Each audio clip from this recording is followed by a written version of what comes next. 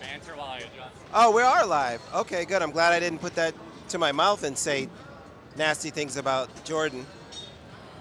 Where's the microphone? I mean, where's the camera? Jordan is directly. Oh no, the camera is pointed over here at our lovely friends at Big Trouble in Little Trouble. This area down so people can stand and so y'all can talk here. Sorry, we need this whole area for the stream. Yeah. We'll be out in like 15 So Becca, minutes. you need to be. 15 minutes. You guys Okay. Can be here. Who's flipping? Who's flipping? I will be flipping. Where is the? You're flipping? All right. Where is Kyle? Where's Kyle? This will not take long. This is for Marco's broadcast, yeah. 1, 2. Hey, in fact, if we want, can we catty corner this? What do you mean? Just kind of. Oh, like point in this direction? I'm not gonna do it. If you want to do it.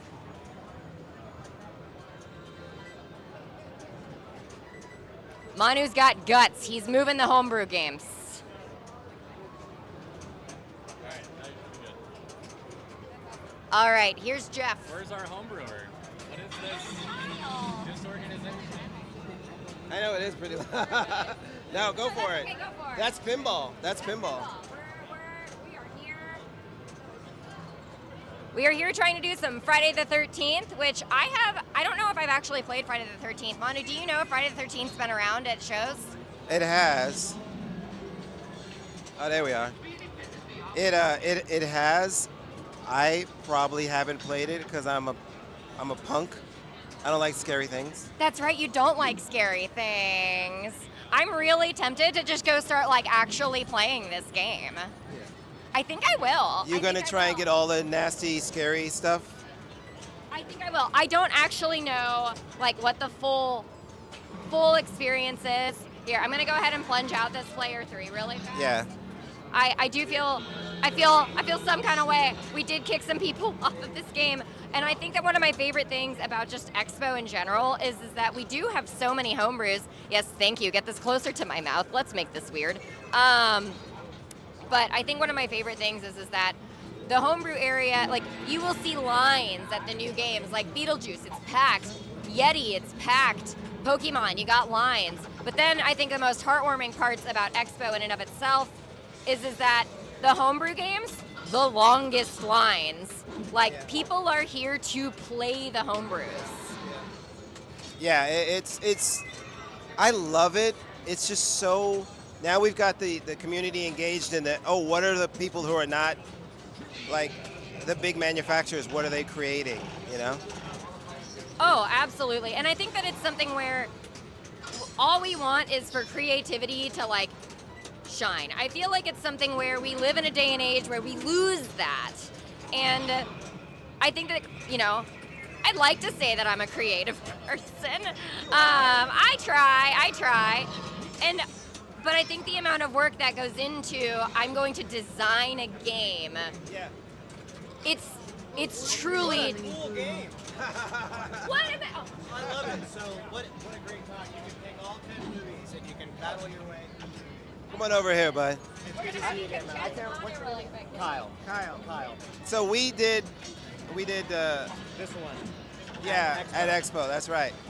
So we're gonna get started. Let me make sure I have my timer. I don't have a timer person. Where's my timer?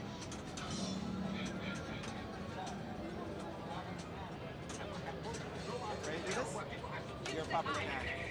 3, 2, 1. Hello, welcome. We're back here. We're at the Marco booth with the Homebrew Pin Dev Con. My name is Manu. That's Becca from Fliptronic.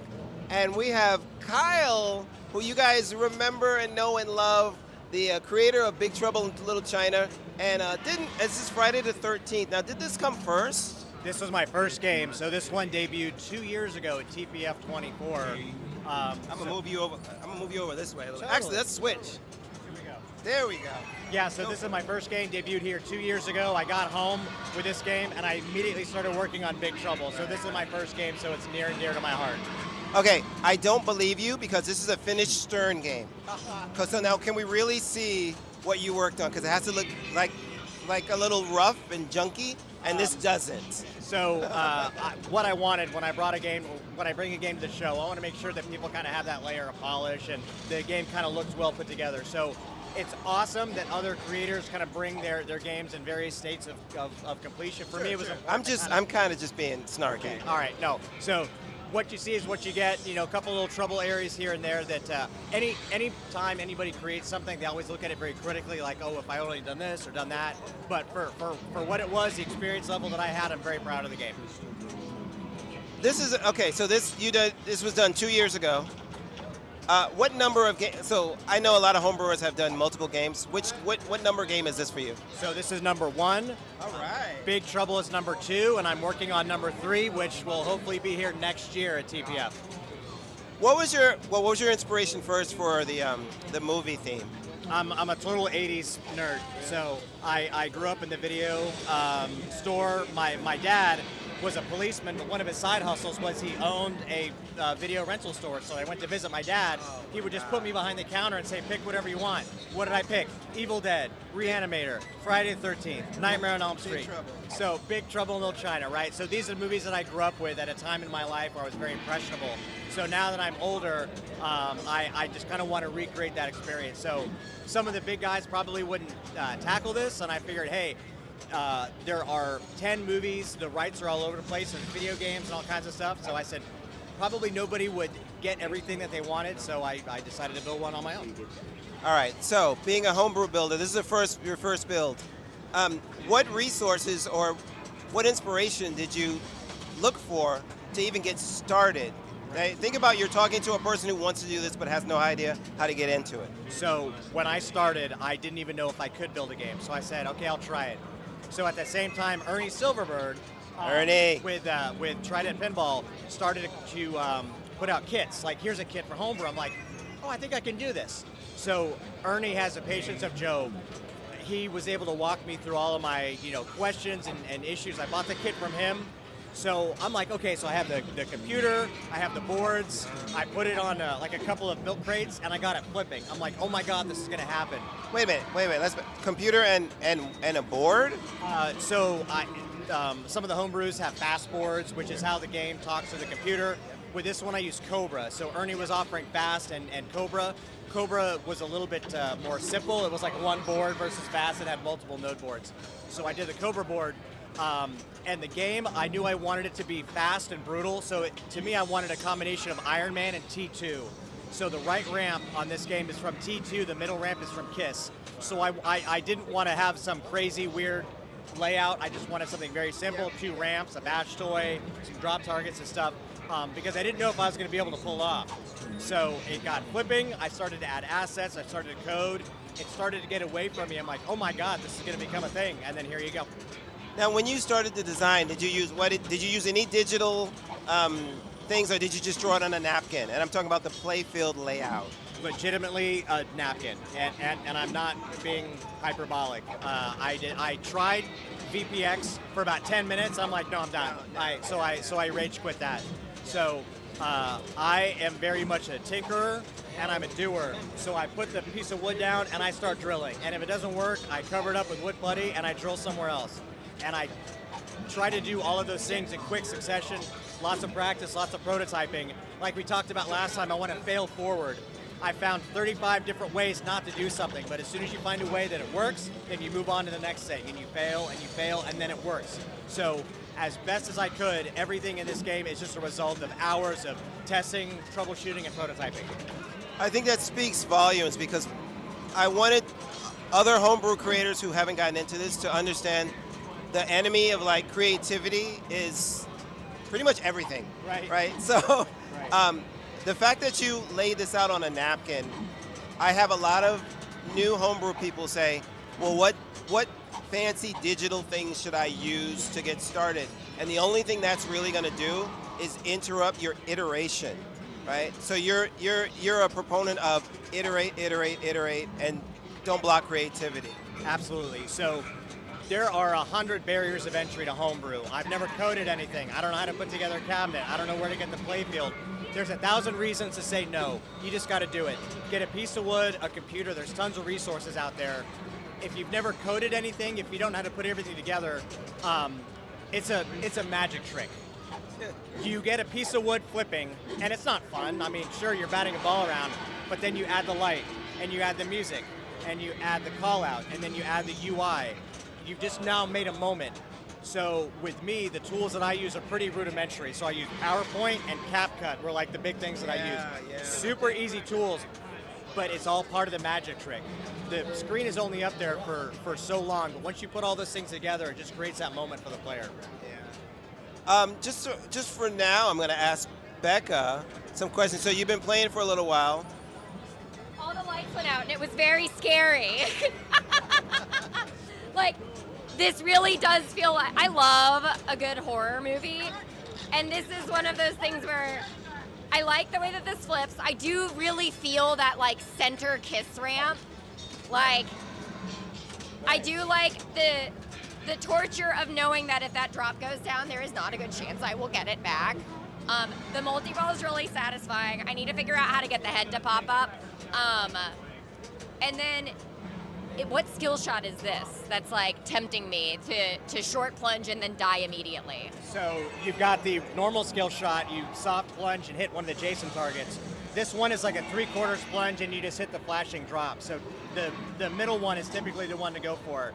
If you pull it too hard, you're gonna brick against one of the posts right there. So maybe like a 3/4 pull, time it to the middle flashing drop and you should be able to get it. You get all that? Now Can she do it? Oh, you got it! Yeah! But that is my fault. You nailed it, but the drop didn't fall because, I don't know. Because pinball. So you totally got it. You got cheated out of that. I get the personal satisfaction, and that is fine with me. I think everybody saw that. So So the game is scary. There's some spooky moments, but I also wanted to add a lot of levity and fun. So you've got the Nintendo mode in here. So she's got 44 more switch hits before she activates 8-bit attack. I had 6 of the actors provide call-outs for the game, and they're not all spooky. They're kind of fun. So again, this is kind of a tongue-in-cheek cult, game. Yeah. Okay, let's get back to the game design part of it. Your rules. How much? Here's a question I ask a lot of game designers in general, not just pinball. How did you find what your game loop is? So the thing you continue to do to get through progress is sometimes defined as what the game loop is. So what is your game loop here? Okay, so first of all, she got 8-bit attack. This is my favorite mode in the whole game. Anyway, so I love that. like I say in my seminars, right? I want to know who I am before I even drill anything. Who am I when I walk up to the game? So for this game, you're Jason. That drives all the rules. What am I? You are Jason. You are Jason. You are the bad guy. You are battling counselor. So now she is battling through the Nintendo game. Look at it. Yes, the Nintendo game. So all the different shots unlock a different scene from the video game. She's doing really good. This is a hard game. Okay, She's a good player, yeah. It was important to me to have all the movies, all the moments. So the hardest part for me when I was coding this game was deciding what not to put in. I've got 12 movies, 2 video games, all these different actors who were totally on board to say whatever I wanted them to say. What does not go in the game? Yeah. So I had to cherry pick just the cream of the crop and then create those moments. The challenge for me was I've got 12 different movies, and every movie has a final girl mode. So there's a mini wizard mode, and then I've got all the side quests. So I think there's something like 23 or 25 modes in this game. The problem I saw was that the game is so hard is that nobody really saw a lot of what I was trying to do. So I kind of went back and tinkered a bit, and a lot of the lessons learned from this one I put in big trouble to put more of those moments right up front. Right. So there's no secret sauce to coding. It's doing something that connects with you, and you just hope other people dig it as well. Okay. Well, what are we doing? And you and your friends are dead. Game over. Oh, that's the end of the Nintendo mode? That's it. She beat it. Oh, wow. She's a really good pinball player. You guys should hire her. Or something. Becca does okay on the weekends, yeah. I do okay. I do all right. Well, this level of polish on the game, this is obviously not like your first Whitewood. How many iterations of the playfield did you have to go through before nailing this? 4. So the first one is just I go bananas. I drill, I do whatever I want. Are you in agreement that like the first one you can guarantee you're going to throw away? Oh, absolutely. Yeah. But you want the shell of the idea on that first play field. This gives you an opportunity to kind of see what works, what feels good. The second play field, plain wood, but now I've got inserts. And that will let me start to coat light shows. But you're still refining. The third play field has those refined inserts, maybe a few more cutouts for whatever you want to do, and now you start slapping art on it. So the third play field should be relatively semi-final, minus a couple of minor adjustments. Then I've got a decal that I slap the art on top of that will let me visually see how I want the plastic to look, how everything lines up, and then this is the fourth play field, which is a direct print clear coat. It's done, that's it. So 4. Is this a discipline that you learned or that you knew going in? Because there's a lot of homebrew people who maybe think, oh, that first whitewood should be the one, and then they get upset or they get too far into the weeds and start making ramps and everything. Right. So that's a great question. Nobody does it the same way. Yeah. There is no way to make your own game. I didn't know the way to make my own game. I just said, okay, now I've got this board, I got this computer, I have a piece of wood, what do I do? So I kind of just put some ramps down. I drew some pictures, literally, I drew a picture of Jason. And then you start to see in your mind of what that game might look like. So Ernie does it differently than I do, different than Kyle. We all have a different way. For me and my background and my skill set, that really works well for me. Kyle does everything like in CAD or something, and it's like the 3D model that is super intimidating for me. So it's there's no way to do it. It's whatever you're comfortable with. But the great thing is that there's help all over the place. Everybody's there to help you. Yeah. I mean, that's the important takeaway. Becca's killing this game, man. I almost got to a final girl mode, and I'm a little sad that I immediately drained out the right out lane. If you pick part 5 as the movie, that's a multi-ball and everything works, including the pop-up Jason. So you've got the spinning buzzsaw will work, pop-up Jason, the whole thing. Well, that would have been really nice for if it would have done that for me. Are you having fun while you're building these? Absolutely. It's hours of fun and seconds of sheer frustration where I want to rage quit and set the thing on fire. But I think, like I told you last time, she's killing it. She's killing it. She's doing better. Your Jason is killing it. So now this is the Alice Cooper music video from part 6, The Man Behind the Mask. Anyway, so I took a lot of walks. I think I told this last time. Yeah. If I get to a point where I have no idea what to do next, I'm frustrated, I'll just go take a walk and I'll kind of process in my brain. But the way my personality works is I can't let a mistake or a problem go. I have to solve it before I move on. I have to be selective about that because if I get to a point where I can't move forward, that's a problem as well. Right. So the great thing about Homebrew is that there's always something to do. If you get tired of wiring, you can code. If you don't want to code, you can drill in some ramps. There's always something to do, right? Is there how many games have you done? The 2 so far? So this is the first one. Big Trouble was number 2, and then number 3 is coming along nicely. Yeah. If there was a little bit of advice you could give to new homebrew people, what would it be, Kyle? There are 100 reasons not to do a homebrew. The biggest thing you need is a desire to finish a game. And it could be on your own timeline, on your own terms, and you get to define what success means. Does that mean that I got a flipper flipping? Does that mean that I want a super polished game? Do I just want to bring something to a show to kind of show it off? What I hear a lot is, oh, I have a software background, so that's fine. I'm really worried about the cabinet. Or I'm a woodworker, so I'm not worried about that, but I've never coded anything. You have to be kind of good at everything. If you're really, really good at one thing, that doesn't mean you're going to be successful. So decide for yourself that you're going to finish this game, which means that you're going to need help. Come to the show, talk to other creators, figure out what works for them, and then go down your own path with what works for you. That sounds super hokey, but it's true. No, it's great. Kyle, you did an amazing job here. Thank you. Let me just say, Friday the 13th, it looks I mean, you know, the ultimate compliment is to say it looks like a commercial game that could be shipped tomorrow, right? So thank you so much. Becca is tearing this up. She is. I don't think anybody else is going to get a chance behind her, and she's definitely going to put up her initials, which is my second favorite thing in the game after 8-bit attack is the high score screen, which we'll see here. Multi-ball? Part 5. This one. We might have to kick her off. Go. Okay, so this is part 4. Oh, I can't do numbers. Yeah, it's all Roman numerals. So here's a fun tidbit. You see how I use Roman numerals? The Friday the 13th font only goes up to 3. If you use a 4, it has a string of things and the game will crash.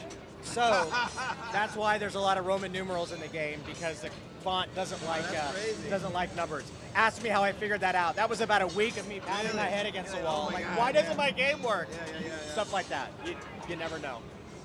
All right, I think we're gonna let Becca keep playing, but you guys, this is Kyle. This is Friday the 13th. We're at PinDevCon. Marco Pinball, thank you so much. It's a beautiful game. I've been Kyle. Take care, you guys. See ya. All right, hold on. Oh, do you want to see the... I want to have... You're probably going to put your name. Okay, let's see. No, this one. It's the dance scene from part... Or do you want the mic still on? I don't know. Kyle, awesome, man. Awesome. Because now we need to move. I need to go all the way back. Oh, you got it. We have to go all the way back around this way. I don't know if you want to leave a little mic on and still talk to people while we move, or... Oh, okay. Yeah, we can keep talking. I think the people watching the stream enjoy the moving part. If you know if you wanted to mute while we move or what. But I'm going to need to get a power cord that's over here, up and back over this thing. We have to go this way. All right. Becca, Wow. the power cord out here and back up over. If you're watching at home, you get to see the behind the scenes stuff. Good job, Becca.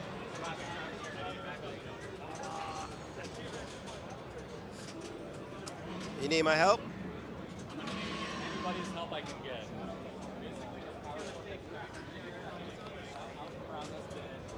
Up and over.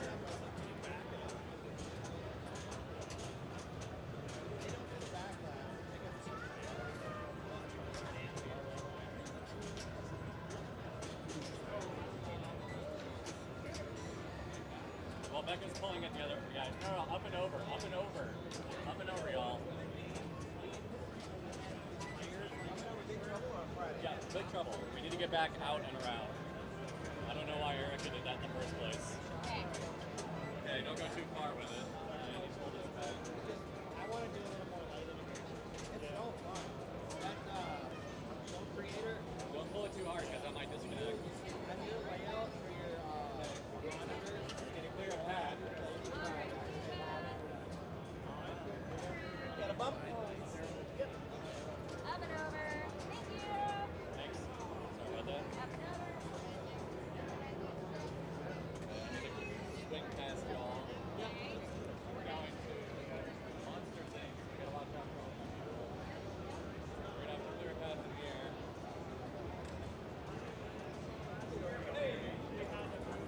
Manu, you can be on the other side of me at this point. Yeah, watch out, you're gonna snag.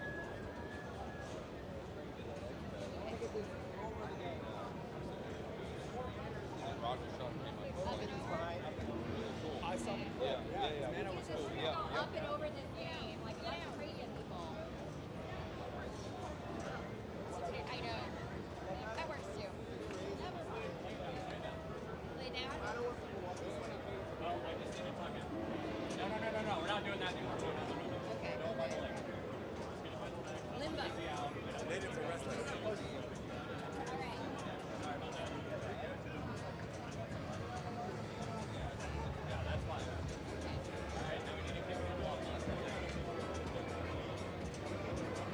Well, I guess.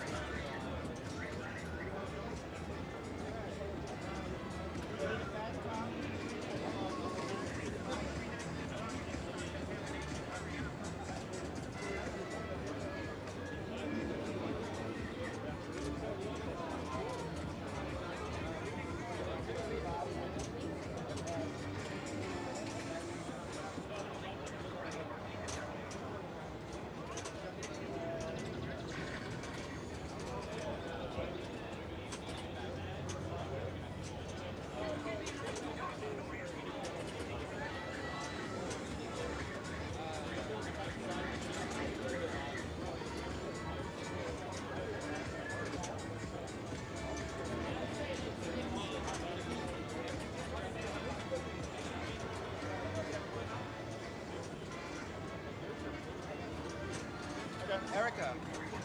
Well, you might be busy. I have to go do some flips at the. I'll be back. I just have to run over and grab some footage. I'll flip with him. I'm his flipper. Dance. I don't know how to do a flipper dance. All right, cool. So then I'll just field questions with him. We'll talk about it while you're playing it. Yep. Great. That leaves Ernie. amazing. That leaves you and Ernie to be less Emotionally distracted. connected. Love it. I want to see where my levels are. Sweet. Oh, by Looking the way, good. You're live right now. Oh, sweet. Even better. Hello, everybody. Welcome to Marco's Specialties. We're just waiting on some people to get off the machine. Nice. I'll Too be bad right because they just started their ball. Right. Well, we'll give them a complimentary one afterwards. What's going on, everybody? Welcome to Texas Pinball Homebrew. Yeah. Oh, look at that. Look, let's say hi, Erica. Hi. Hey. Erica, you have been busting ass this whole time, making the show run amazing. Do you have anything to say to the people? Thanks for coming to TPF, and I hope you enjoy the stream. Yeah. There you go. And You have it. Man, I see your sound booth. It's super fun. I'm gonna do my call-outs later. People Yeah. can put in their homebrew package. People are a little concerned about getting into a confined space like this, but you only live once, you know? Yeah. We got amazing Ernie here. Ernie, what's going on? I'll let y'all do it. How are you? Good. No, this is an amazing looking game. I feel like that I want to start with how the homebrewer community that sees a game that's complete like this could be a little intimidating. And I feel like it's baby steps, it's segments. What would you say to people that are just looking at something like this? It's like, oh my God, I could never do that, but it is possible. It is. It's 100% possible. We've done a lot of talks at shows, and because the games keep getting better and better, at the end of the talks, I'm always like, don't be afraid to bring a whitewood. It takes steps, just like you said. Sure. You have to start with a shot. You have to figure things out in the layout. Some things work, some things don't. You don't want to be, just because this looks good and it took me, however long it took, How long did it take? about a year. Honestly, that's a lot shorter than I would have expected. And nobody's criticizing games when they see whitewoods at all. And that's what I tell people too, like I've done 5 games, so I can do the games probably a little bit faster than somebody that comes in new. And there's some people that have taken 5 years to do one game. There's no right or wrong timeline to get Absolutely, something. and there's no bad thing to dive in. I mean, you're learning everything about Yep. both how pinball machines components work, how Yep. programming works, whatever the element is. Also, the homebrew community is massive, and there's Yep. so many people willing to help out. Like, all you have to do is just like reach out and post. Yep. Is there a community or section that you reached out to help get you going when you were doing your first homebrew?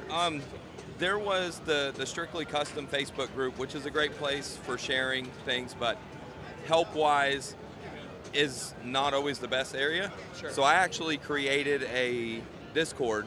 It's called Trident Pinball Homebrew. And it has channels broken up into everything pinball, whether it's wiring, coding, design ideas, anything to do with building a pinball machine is on there. And then we also even have sections for like talking about bourbon and, because really what all this boils down to is a community. For sure. And it is a great group of people. Like I have, there's probably 15 to 20 people here that are my friends. Of course. They're that we all met through Homebrew. But I have to ask, what's the best bourbon for pinball design? Manners says we have to start Okay, now. that's fine. We already started, though. I know. We've been starting the whole time you've been setting up. I know, but the streamers, they're good. Now we need whatever. So I hear that you're going to flip for us. I'm so lucky to be flipping. Have you played this game yet? I have not. You're a liar. You streamed it at Expo. I didn't get to play it. Oh, you were interviewing, Roger right? Sharp played it. He Yeah. kicked Isaiah off and he played it. So this is a great thing. Like, if you take your games to expos, you can have the opportunity to have people like Roger Sharp see your game. You never know who's going to see it. And all pinball designers know, even without artwork, a whitewood, they see the potential of ideas. Let's do a start. Okay. I'm Jeff Dodson. Let's go. Hello, everybody. These audio guys, I swear. Hello, everybody. I'm Jeff Dodson. I am the representative of the Great Pyramid. Here we are. I'm joined with Manu and Ernie. His game, Monsters, Inc. It looks amazing. We were throwing up triangles. Let's do it. So we kind of started off a little bit. Ernie, there's a lot of levels. You've got an upper play field. This is not a street level pinball machine, and there are sculpts and stuff all over the place. Can you tell me a little bit about just the design process of doing a multi-level pinball machine versus, say, a street level game like Denise's TNA? Yeah. So started out just the lower part and kind of fine-tuned all the layout, the shots. The upper play field, I wanted an upper play field because of Monsters Inc. with the doors and having some area where that worked. Sure. So once I had the lower play field kind of fleshed out, then it was like, how do I get up there? You know, is it a scoop in the back? Is it a ramp? I tend to like the ramp and things that don't stop, so it flows, a little bit better. So it's more so just, for me, you don't want to cover the whole play field. So it's where do you fit it that doesn't block shots or block other things, moments that you want people to see in the game. And I see you've plopped it on top of pop bumpers, which is great because pop bumpers are kind of like a chaos element. You don't really need to see what's going on. You don't need to see what's there. And then it gives you a little space to where the flipper mech is on the bottom of it. You have a little bit more space there as well. Do we need to get a better pinball player in here to show off the game, or? I'm warming up. Yeah, you gotta give him some time. I'm just razzing him because he makes fun of me on my stream. So obviously, do you like the IP Monsters Inc.? Yeah, me and my family are a Disney family. We go to Disney all the time, and I love Monsters Inc., so this was perfect for me. Pixar, incredible Yep. filmmaking. Yep. So let's talk about wireforms and ramps. I feel like for someone like me, I don't know a lot about the manufacturing process for that. Yep. If I'm a home brewer and I want to put ramps in my games and I need wireforms, what do I do? Me personally, what I do is I take wireforms from existing games, I cut sections out of them, and then weld those sections together to make a new wireform for however I need the flow. Amazing. But you can also get I think it's 1/8 inch metal mild steel from Home Depot and bend your own. There's 3D printed clips to put those together, or you can weld them if you have a welder. That's amazing. So, and also for the other components, obviously a lot of the stuff comes from Marco, but when you are saying you're like taking some elements from other games, what have you found has been like a surprising useful thing to salvage from other games to help kind of bring the vision up? I think ball guides is probably one of the biggest things. So you can get like a full orbit from an existing game, and you can cut that into sections wherever you need to cut it. They're also very flexible. People don't realize that wall guides are extremely, yes, where the posts go in to screw it into the game is not exactly movable, but for sure. in terms of realigning it and readjusting it, it's pretty easy. Yeah, it's they've been really easy. You can bend them back. As you're building a game, you'll tweak all the time on the shots because you may change one small thing, and you're like, oh, well, now I need to tweak it here, and it's super easy to tweak them. When you're playing it and you're trying to dial in the fun, how do you determine, hey, this isn't fun, I need to reiterate this? How do you not be afraid to be too locked in on something just because it was the way you wanted it to be, not the way it needs to be? Yeah. So for me, if you miss a shot, I like that there should be something set up for missing that shot. So like on this one, you have the outside orbit pass. So if you bank it off of a target, it'll go back down that and go to the flipper and set up another shot. Sure. Instead of just hit a post, come down, clunk, and maybe go out, maybe not, or hit the sling. Right. So I think for me, you want people to feel like they're doing something. George Gomez has said that you want so many things to happen off of one potential shot, and I think a lot of that kind of like surprise action is what brings a pinball machine from just like a real linear experience to something that's like really exciting. Yeah. Very cool, man. Oh, I appreciate it. I love that. Is that a monorail? It is. So it's a magna ramp is what I call it. But can we say this is the second monorail in pinball now? You can, yeah. Is there any other games other than Simpsons Party Pinball that has a monorail on this? You're talking about the wireform? Yeah, so it's actually a magnet that travels on the bottom. That's incredible. That's so very it's cool. kind of like pinball. Pinball Magic has a ramp similar to that. Underrated Capcom game, right? Yeah. And then the Homebrew Harry Potter has one as well. I did mine before him. Subtle plug, but it's true, right? It could be true. So for LED programming, I feel like RGB lighting is obviously something that has really like swept through pinball in the last 15 or 20 years. When you're programming lighting stuff, right? What is the basis for how you bring an animation like that to life? So there is, I think if it's from a shot, it should grow from that shot. So like there's a couple shots here where everything turns green, goes like does a cycle through everything. I think it just depends on like the lights are meant to indicate a shot to hit. So majority of them, you know, they're just blinking or they're on because it should indicate that you're trying to hit that. Sure. When you're trying to create moments, that's where you do these little shows or swirls and that. And there's actually a program with the Mission Pinball framework. It's called Show Creator. Okay. And they have a bunch of like pre-made animations and stuff that you can combine to make your own custom light shows in there. Very cool. So, when you're designing a game like this, are you doing it in a VPN like scenario in order to get a layout for it, or did you dive into just hardware from the get-go? For me, it's hardware. I like the physical play field. I don't even flip the flippers at first. I just roll the ball with my thumb. That's how I play pinball too. In order to get points, I have to take the glass off and just roll it so around. I tell people I'm not a very good player, so if I can build the machine, I can put little cheats in there for myself so I can get more points. But Sure. It's always important to put Easter eggs in your game, right? Yeah, for sure. Yeah, actually, there's a picture of my daughter on one of the plastics over there. That's adorable. But yeah, no, I think what was the question before that? Because now we were talking about virtualizing your pinball machine for the design. So, you know, let's say I'm a person who's interested in doing a pinball design, but I'm more comfortable in software. Yep. Is there a pathway that you would suggest is kind of like so the best way to go for there's, that? Visual Pinball X. To virtual pinball, you can make your machines in that. Sure. The layout, I would say it's 85% true to life with physics. So you can get really, really close to a working machine without ever drilling a hole or doing anything. Sure. But really to get an idea of what the actual ball's going to do, you don't want to get stuck with like secret ball stucks and all sorts of other fun. And I will say that no matter how good you think you blocked all the places that a ball could get stuck, there's always another one. It's still going to happen. Because you can't predict an air ball. An air ball can go wherever the heck it wants. And there was one of my other games that brought it to a show, and I had played the thing, 500 times probably. Never got a ball stuck behind the top of the flipper between the wire form and the flipper.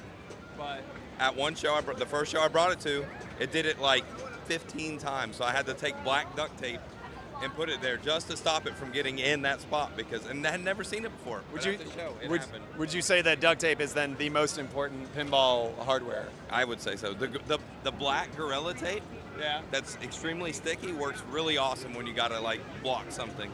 So if you're going to bring a game to Expo, which you should, and don't be afraid to start one, you should definitely bring black Gorilla Tape. There you go. Are there any other, what would you consider like secret weapons to bring in your toolkit if you do bring a game to show? Solder irons, some extra fuses, maybe an extra coil or two, just in case, because you never know what could happen. That's crazy. It's funny, I've never really seen coils fail, but King of the Hill had one fail here, so you never know, and you don't want to be in a position where your game just like can't flip because you do want people to play it. No, for sure, yeah, and it's kind of some of these, like I drove 13 hours here, it's kind of breaks your heart if you come and your machine plays one day and then stops working, and I've had it happen to me with one of my first games. But what was your first game? League of Legends. Do you feel that learning experience really paved the way for being able to do the second, third, fourth, and fifth game without any of the fear? Yeah, I mean, I've always been somebody that just like dives head first and figures it out and goes with it, but it definitely gets easier after the first one. And there are multiple people that in our community that they build one saying they're only building one, and now they're on their second machine or their third machine. Would you say that designing them is almost addicting as collecting them? It's 100%. For me, it's more addicting than the collecting part. Do you have parties that have people come over and play test it? Like, what do you do? Because I feel like when you're developing it, right, you know so much about it, you're dialed in. Maybe you're like unaware of certain things that could occur on the game. Yep. No, I do. I have a couple buddies that come over and they'll play it. And if you're someone like me with no friends, like, what would you suggest? I mean, local arcades. Arcades are cool. Just roll your homebrew in there. They don't mind you putting it in there. I think most would like it because it draws people to. I mean, it potentially could draw people there. Sure. And you never know until you ask, right? No, I mean, like, the worst thing you could do is not ask the question and find out. Yeah. So your artwork, I guess let's talk about that. Like, obviously, the final, like, kind of like, layer of design is putting the artwork package in. Yep. It really doesn't change how the game physically plays or anything. But for creating the artwork like this, how did you get it done, and what are some resources you would recommend for people that are interested in it? So I have a guy from Fiverr, which is a like a freelance type app where they do art and code and stuff like that. I have a guy in the Philippines. He's done artwork for 3 of my machines. That's amazing. And I found him on League of Legends. He was a League of Legends fan. So I kind of told him he didn't even know anything about pinball, but he knew League of Legends. So I kind of I took my cut file DXF, and then I made it into a PDF and listed kind of what was in each area. I did the insert art myself, but then kind of told him what was in each area, and I said, I don't care. These are the characters I want there, but you can do it however you want. Sure. And he did awesome. And then the cabinet art, I told him kind of what I was thinking, and I said, you can come up with the design, and he did freaking amazing. That's amazing. The second game I did was Beavis and Butthead. He didn't know anything about Beavis and Butthead, so he was like, I don't want to do the art because I don't really know. I can cut, paste, that kind of stuff. Sure. So I ended up doing the art on that myself. That's unfortunate. I feel like you don't need to know anything about an IP don't be afraid to dive in. But then when I did Vox Machina, he didn't really know a lot about that, but then I took a PDF and put kind of all the art I kind of wanted, and then told him just to reimagine it in his style. Okay. And then he did awesome on that. So you give him kind of a mock-up, and then that gives some guidelines, and kind of gives some rails to get the design done. Yeah. And then Monsters Inc., he knew that, had watched the movie multiple times, so I kind of gave him what I wanted in each area, and then he came up with it. Man, that inner loop shot there looks so satisfying. I'm watching Becca play this, and just there's a lot of what I would call kinetic satisfaction going on in your game. There's a lot of crossover shots. There's a lot of that center orbit area. You can go. You either hit the left spinner and it brings it into it, and brings it back out one way, or you can go directly in it and it comes back down the other way. So, coming from your first game to this, how do you feel that your ball paths have evolved? 1,000%. Sure, but specifically as a designer, as you're homing in, what's fun versus what's playable. Yeah, what do you feel the top mentality for approaching it? Yeah. So my first game, I was newer to pinball, so I was just pulling things from existing games, and it's a pretty standard, it's not really a fan layout because there's 3 flippers, but it has the pops in the center with the 4 lanes coming in, so it's pretty standard. Jaws is a fan layout, it has 3 flippers. So it was more of a standard, pretty simple layout. Yeah. For me, getting into it, it made it easier. That one I'm actually updating right now because now, as I've grown, I like all the crossing paths and the cool shots and the moments where you hit something, you're like, oh damn, that's cool. Yeah, those kind of loop-de-loop paths. I think Jack Danger I feel like brought those back into popularity to a certain degree. Very, very fun. Yeah, Jack and Elwin are my two favorite. They're incredible designers. Yeah, I feel like Elwin, his shots are always very cool paths and satisfying when you hit them. Sure. So last question I'm going to ask you, and then I'm going to throw you on just to say goodbye and anything else you'd like to say on it. For sourcing cabinets for people that want to actually put a game into a thing, what are some good resources for finding cabinets? That's probably the hardest thing to source. I know Barrels of Fun are actually selling scratch and dinner second cabinets.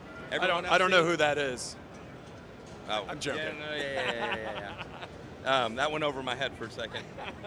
But there are a couple companies that do virtual pinball cabinets that will do them for the homebrew community. Interesting. I know the lead times on those are pretty long.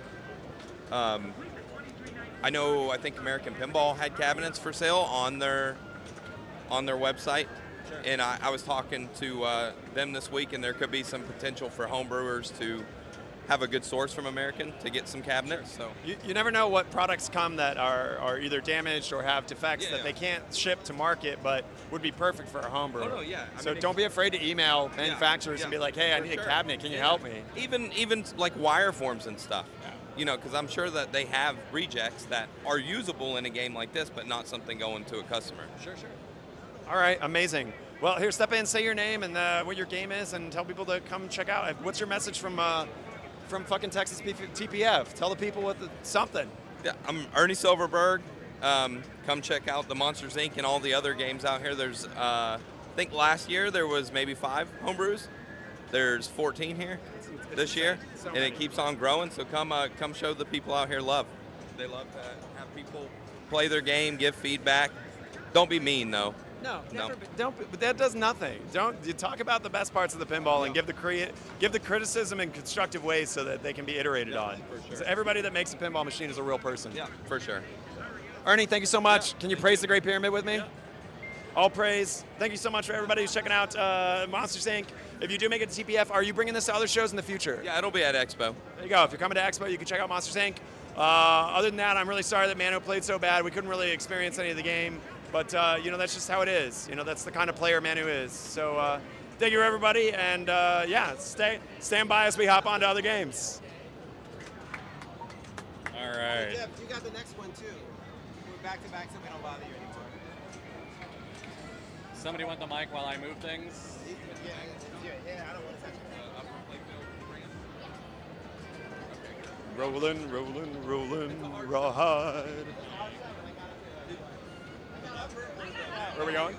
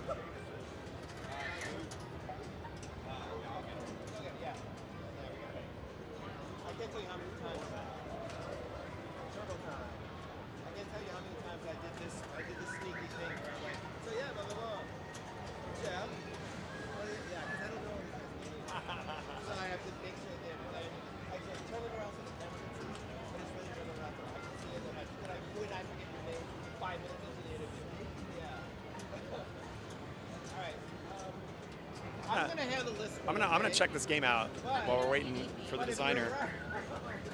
Thanks to everybody who's tuning in to the Homebrew. It's crazy how big the Homebrew is this year. I feel like this Homebrew is almost as big as Expo. Two-thirds. It's half as big. Oh, it's half.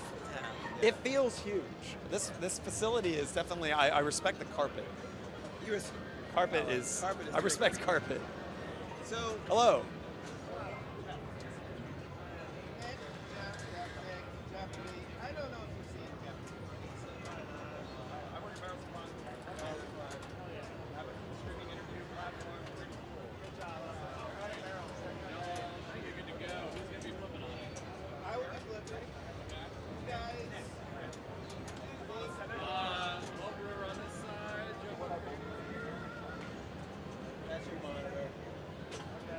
I gotta squat down a little bit.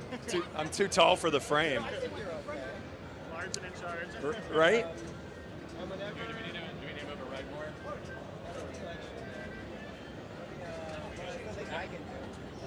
8,000 ISO, jeez. You gotta go big, apparently. It's all right. It's streaming. Can't tell it's grainy.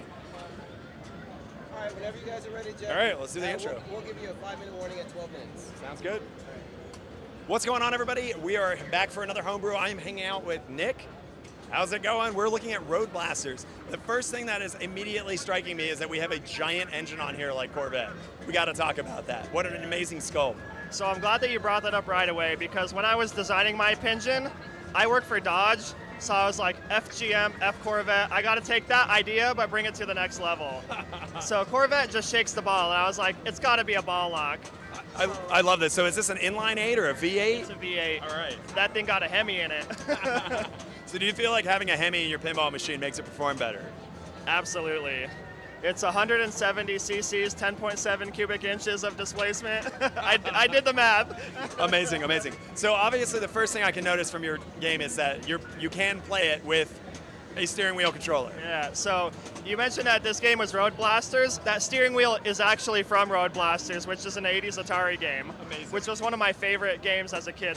The game is Turbo Time, but oh, God. yeah. Sorry, I missed because the tag up there. It only says it right there. So So It's hiding on the side of the back I box. gotta advertise better. Yeah, no. That's all good. That's my bad. So, I mean, how has the feedback been playing with something that's not standard? I mean, the only other game I could really think of offhand is Demo Man that has kind of like... Yeah, a lot of people really like it. I think some people are a little hesitant to nudge the machine on the steering wheel, but you absolutely can. Very cool. I made sure of that. That's one of the reasons I picked an arcade-like specific steering wheel as my steering wheel for the game. I wanted to make sure it was durable and would last. Sure, and if you can't tell from the stream, because the steering wheel is just off the bottom, Manu is turning it left and right in order to fire the left and right flippers. Yeah, there are some specific game things that you can only do through the steering wheel as well. What are some of those? So I have a rally mode where when you steer the steering wheel, it lights each major shot, and as you light the shots and make them, you get a call out and you progress through rally mode. There are secondary buttons on the cabinet that function for most of the stuff that the steering wheel also does. Once you get your driver's license, you can open diverters in the orbit that go to your pit stop, which is your track select mode, and your other diverter in the left orbit, which is your mystery award. So you light oil, and then you get to go collect a mystery award. Very cool. So if I don't have a driver's license or am I too young, am I allowed to play this game? Yeah, you earn it on the way. Amazing. Well, so we can kind of see, we back the camera out now, so you can actually see the interaction between it. And this is really one of the things I love about the homebrew area, is that the innovation of not being afraid to do something that's like completely experimental like this. Yeah. Other than loving the Atari game, like at what point during the development were you like, wow, this is going to work? So I kind of developed this entire idea as like a huge brain blast. It just like invaded my thoughts when I was coming up with the idea of the homebrew. I wanted it to be a 90s racing game. Right off the bat, I wanted to have a steering wheel that had the integrated controls. There's kind of little homages to lots of stuff in here, though, because you've got like the RPM from Getaway 2. You kind of got like a roadshow kind of map going on with the United States. Yep. So I wanted to take a lot of like stuff from a bunch of like really fun racing games, but I wanted to also integrate the shots on the playfield into like a track mode. That's the main mode of the game, where if you make a left ramp shot, that's the left turn on a track.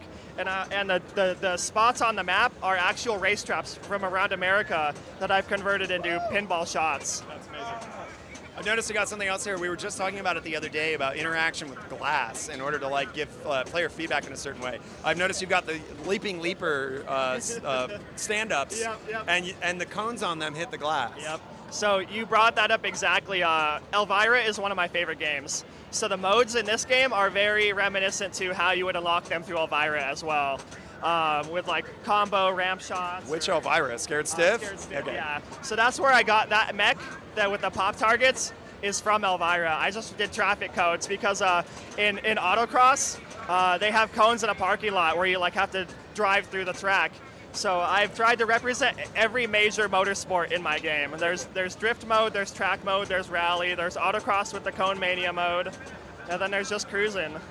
Just cruising, I love it. So I've noticed on the back glass, the LCD, we've got tires, gas, all sorts of things that are on your car. Can you talk a little bit about how the interaction between like the car and the actual gameplay works? Yeah, so if you look at the tires, they're currently green.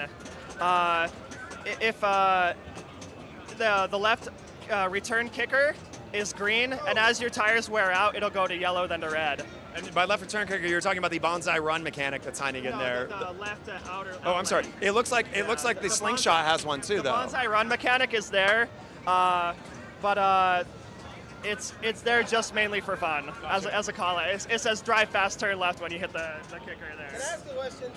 Do I get a bonus? Is it like Demolition Man, where I get less points from the flippers than I do from the wheel? Technically, yes, but if you hit that left shot, you'll get your driver's license, and then you can light shots, and then you can make extra points that way. Oh, okay. So once you hit that left ramp shot, you can backhand it as well. You'll get your driver's license, and then the steering wheel will be fully integrated. And then you can go to your track select modes and other things in the game. It's kind of like Godzilla. Hit the ramps to like kaiju battle.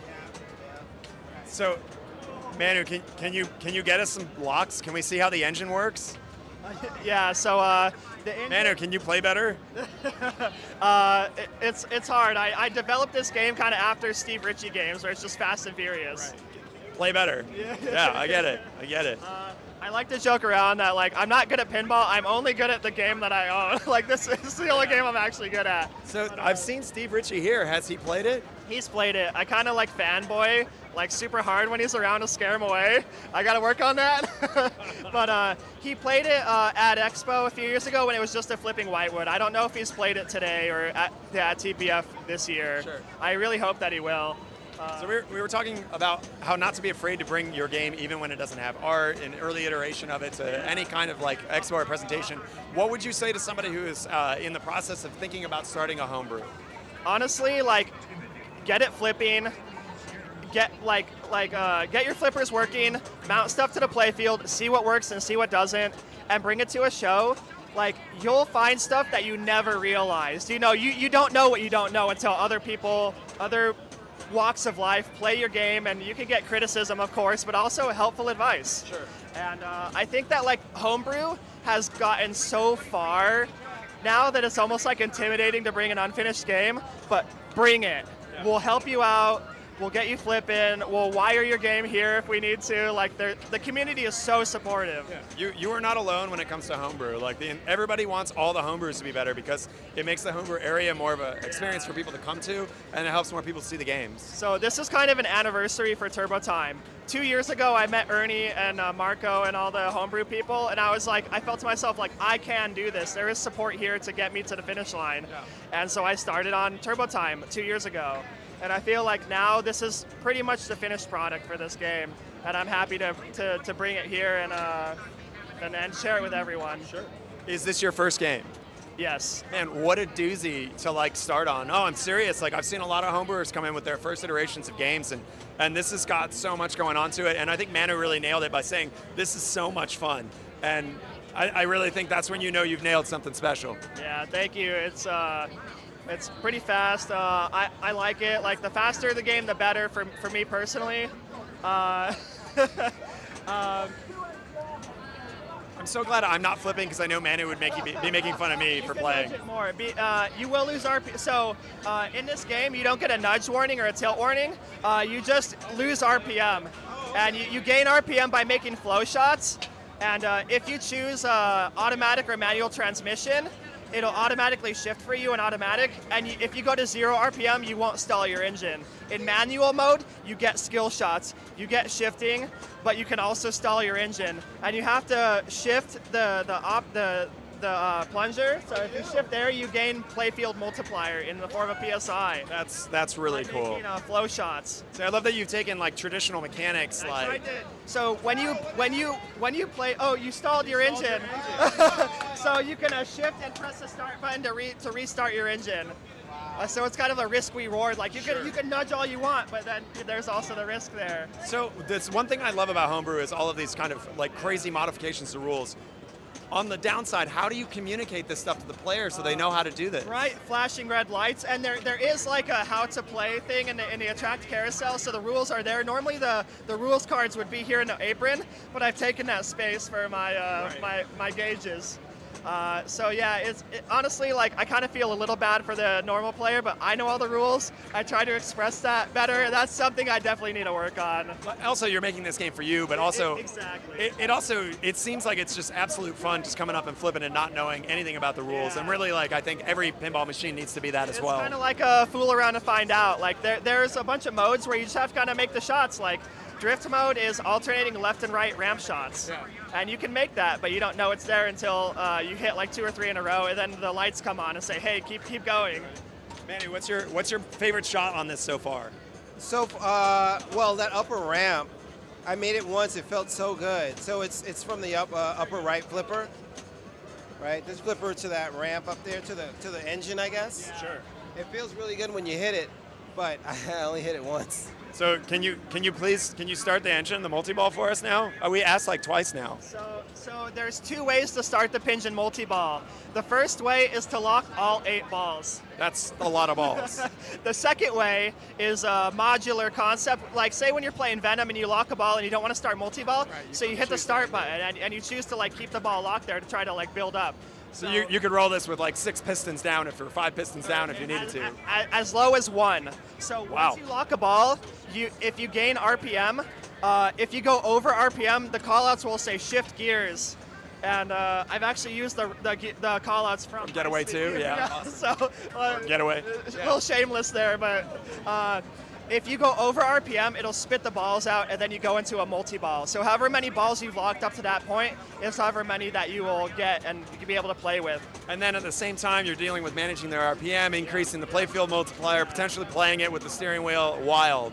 When you play Turbo Time, you are driving Turbo Time. You are driving the car, and I wanted to integrate that feeling as much as possible.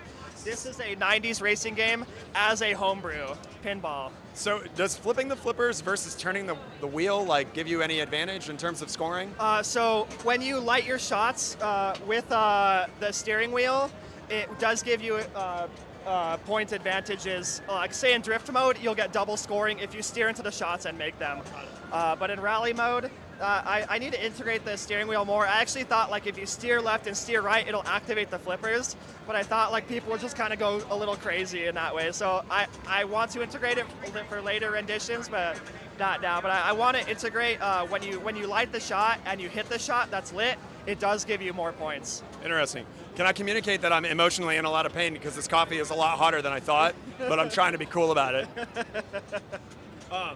This is really fantastic. I mentioned about the art on Monsters Inc. At what point did you actually go for artwork, and can you talk a little bit about the process of how you did that? So I love me a classic like American road trip, cross-country driving. I've driven almost every state of the United States, and I just love the open road. And I wanted to express that with like the diner, Route 66. Route 66 is an actual mechanic. It's also personal to me because I grew up in LA and moved to Michigan, and my dad and I drove Route 66 the entire way when I moved there. So I love cars. I work for Dodge. That's why there's a lot of Mopar on the playfield. I personally own a Dodge Viper. Wow. Do you remember the TV show? Yeah, so the stripes on the side of the cabinet are the first generation Dodge Viper and the last generation Dodge Viper with the blue and white stripes and the red and white stripes. And the stripe sizing is actually how they paint them on the Viper hoods. That's very cool.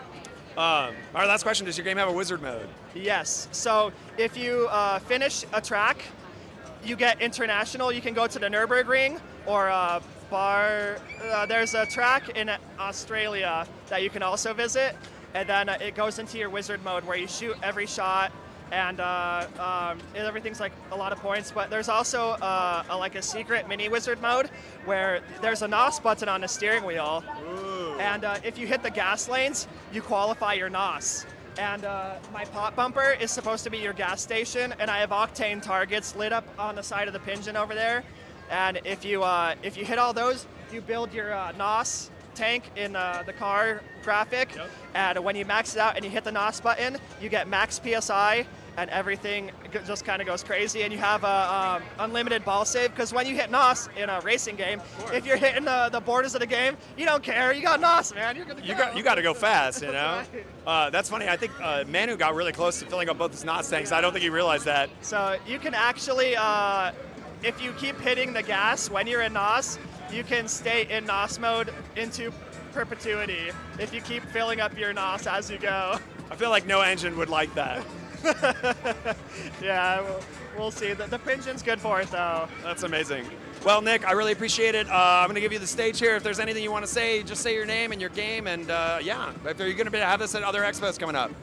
Yeah, it plays great now. Come and play it, please. It's a little fast and furious, but I hope that everyone enjoys it. And Turbo Time, let's go. Fuck yeah. What's your full name? Nick Morand. All right, everybody, come and check out Turbo Time if you're here at TPF. If you're not, check it out at Expo or some other upcoming events. Yeah. Right? Excellent. Thank you so much, man. Thank you. Cheers. Do you have a favorite car?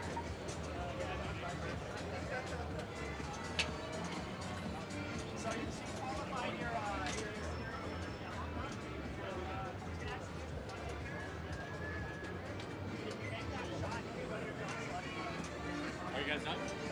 Oh, okay. Okay, well, we can start moving it.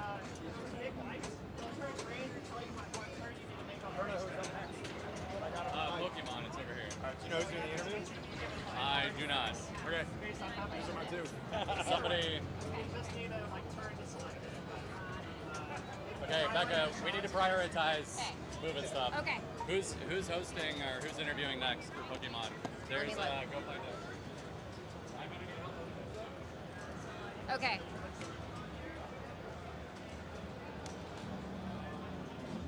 Manu is interviewing Pokemon. I'm gonna need help with power cords. We're gonna have to go all the way around. Okay. Excuse me. We're gonna come right up. Step over. Step over, please. Thank you.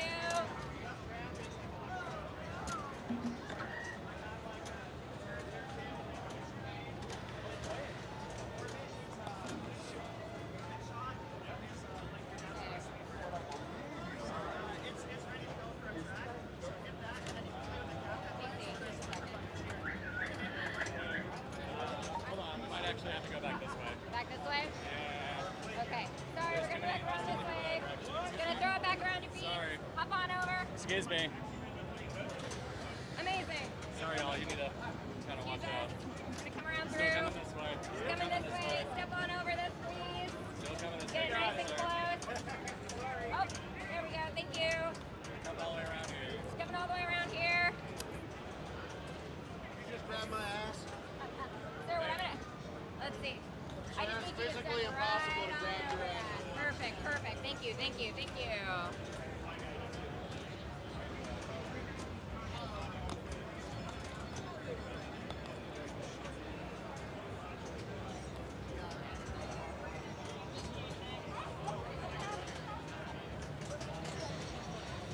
How did this get under the wheel?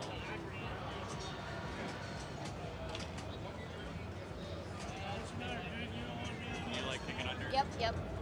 There you go. Just put some slack down here and we should be good. Okay. Yeah.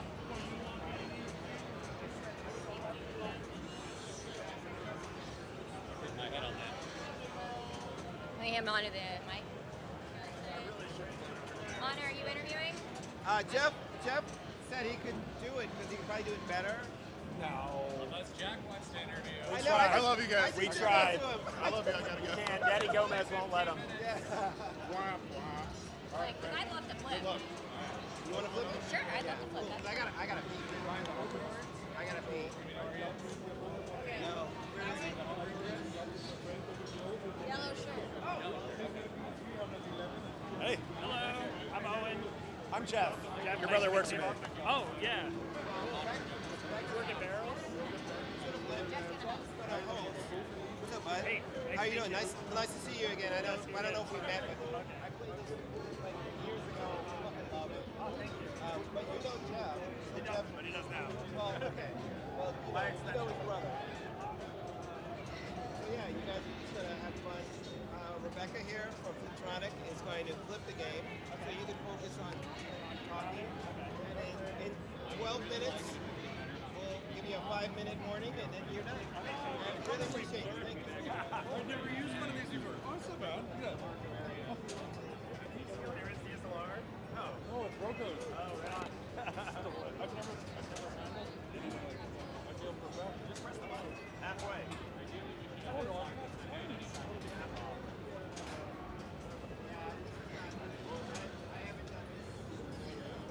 Scroll. This is how you view images, and then you can roll this way to go through. There you go. Nice. Fresh out of the Looking good. shower. Yeah. What's your name again? Owen. Owen. It is really nice to meet you. Yeah, you guys you too. really made such an incredible game here. Thanks, yeah. Looks like a barrel's gadget too. Oh, no, it's custom, actually. Oh, really? Yeah, yeah. Oh, the grill looked like a barrel's one. We had to make it bigger because our stuff wouldn't fit. I mean, I think there was so much talk on these things that you had had most of them done for a while, and then they were talking about these guys coming on, which is like, well, how are they going to try to do this? Yeah.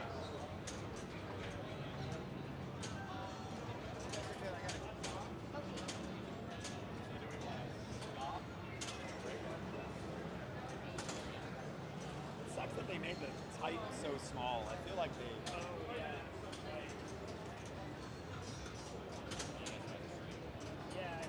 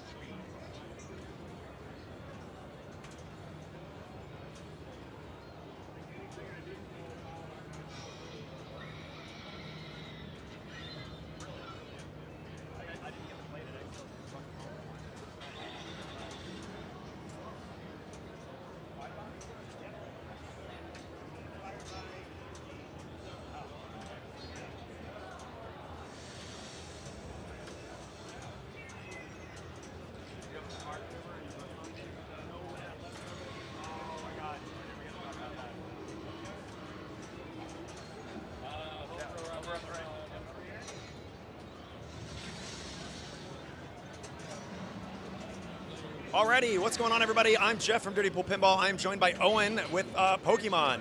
Not the Stern Pokemon, the OG Pokemon. Owen, this is a big game.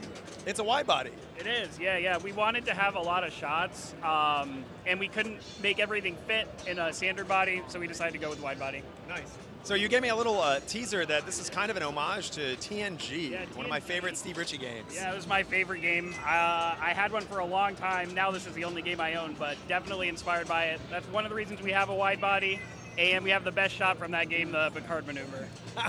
Which is amazing. And the Picard maneuver is, for people that don't know, That's the left orbit into the third flipper shot.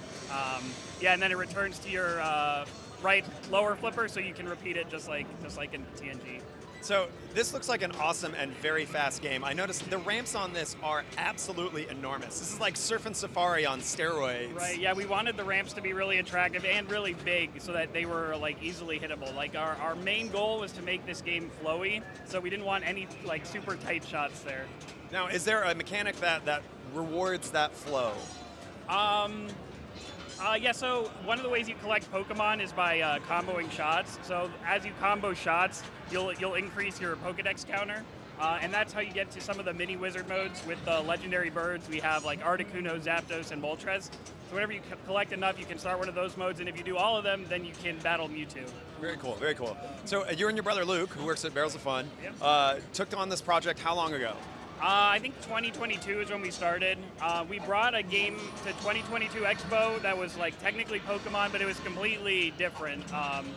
So every part in here is different from our original, but ever since 2024 Expo, things have mostly been stable. We added these like side rail lights to make it easier to see. And then we've just been doing quality of life improvements since then. Yeah, that was going to be my next question: is what innovations or what improvements have this year brought to the game? But it sounds like you already nailed that. Yeah. So we've done almost everything we want. If we do another iteration and like do a new playfield, then we will fix like the VUC, the Pokedex VUC over there. It's not as consistent as we like. And then we improve the art on the back and make it clear what mode you're starting. Like if you know Lord of the Rings, they have like the behind the ring, like the 8 lights for the different modes. So I think I would put that in the game as well. I am still trying to get to Valinor. I have been trying to for months. I stream it constantly, and everybody makes fun of me. Someday. That game is so hard. Someday. I think I put it on 10-ball and I couldn't get it. Yeah. Definitely one of the hardest wizard modes. Does this game have a wizard mode? It does, yeah. So the ultimate wizard mode is catch them all. So to do that, you have to do all the modes, all the legendary birds, and the 3 Team Rocket multi-balls. Okay. And Gyarados multi. I think you need a super jackpot and Gyarados multi-ball as well. I love that you have a jump in there. A little, I guess I wouldn't say no good gophers, but what were some of the inspirations that you brought into the game? Oh, is it? Also, we might need to reboot it. Becca played so good that the game, she caught every Pokemon, and the game was just like, you caught them all. You did it, you got them all. Thank you. I would like to thank the Academy, Nintendo, Game Freak, the Pokemon Company. I would not be here without an extreme hoarding habit and lack of organizational system. So Owen said that's embarrassing, and I want to specify that's absolutely not embarrassing. That's part of the homebrew process. That's 100% what the homebrew community here is for, is to try to help take care of things like this. And when you're working on a game like this, that can happen. I also want to preface with, I am entirely cursed. I probably should be the last person flipping these games because I can break everything literally just by walking up to it. I have a local reputation of I will break a game if I play it. I am like a walking EMP. You broke Winchester the first day. I did. I will break everything if given the opportunity. So actually, I should be playing all of your homebrew games because I will find every bug. Yeah, you were like kind of like the best bug hunter possible. It's really amazing. 2 years ago at Indisc, I took out America's Most Haunted within 15 minutes. Amazing. That game's super fun. It is a super fun game when it works and I don't kill it in 15 minutes. I was kind of sad. I got to play it at Belcito's at Halloween, and it was my first experience playing America's Most Haunted. And yeah, there's some neat, the elevator mechanic on it is really neat. Like, it's just got a bunch of weird, quirky stuff on it. Oh, absolutely. But what I do want to say is, as I remember playing this Pokemon a long time ago before it looked like this. And this is just absolutely stunning. Can you remind me who did your playfield art? So So my brother Luke actually did the playfield, but we met a guy at Expo, Chris Johnson. So he did the cabinet art, and we want him to do a playfield in the future for us. I mean, are you kidding me? Luke did this. Is incredible. I can't believe Luke did this. Yeah. It took him forever. David, if you're watching this, you should make Luke do our next game. All right, so we're back up and running. So you put the kind of like cabinet rail lights in, and you said that was one of the recent adjustments? Yeah, because it was too dark. Before, like if you had it in its tent before and there were no lights, you just couldn't see anything. I really love that proper illumination on games is now becoming kind of a standard. It is nice. Yeah, I agree. I think they should be on every game. I like that it's subtle here. It's not too much. It's just enough to light the playfield so that the actual GI can do its work as well. Yeah. And you get to do accents for, like, whenever you're playing a show, you can just make things more exciting. So, this was your first homebrew or no? This was kind of the third. So our first one we never finished. We just got it to like the ramp stage, and we were doing everything by hand at that point. And then we were like, okay, we're not doing this by hand anymore. And we're like, okay, might as well start over. So then we made a League of Legends game. And that one we mostly finished. I never completed the code, but we didn't like it that much, so we ended up cannibalizing it for parts, and then this is the first one that we really took to completion. I think that's a really important thing to mention too. Like, you shouldn't be frustrated as a homebrewer if the ideas that you're putting into an early project like don't come to the finish line. Like every iteration is a learning process, and eventually you'll know when you're ready to complete a game. When did you know that you were ready to really bring this to the finish line? Probably once after the first one, when we took this back to the beginning, like in 2023, we were like, we really like this layout, so we want to take this all the way. Yeah, and it is a big step because you can prototype forever without doing like playfield art and all the lights. But once you decide, like, oh, I want to build this, then every time you need to change something, it becomes like a whole ordeal. Yeah. I normally... Really quick, yeah. They need to get underneath you guys for some technical issues. So okay. I'm going to move the camera. We can shift over here, and I'll just follow you. Sure. All right, let's go on a journey over here. You know what really tickles my jimmies about this game is I normally don't like fan layouts, but you found a way to put 4 flippers in a fan layout. Yeah, the 4 flippers, we really wanted to have the ability to pass to combo with the upper flippers alone, and so we knew we wanted 4 flippers to do that.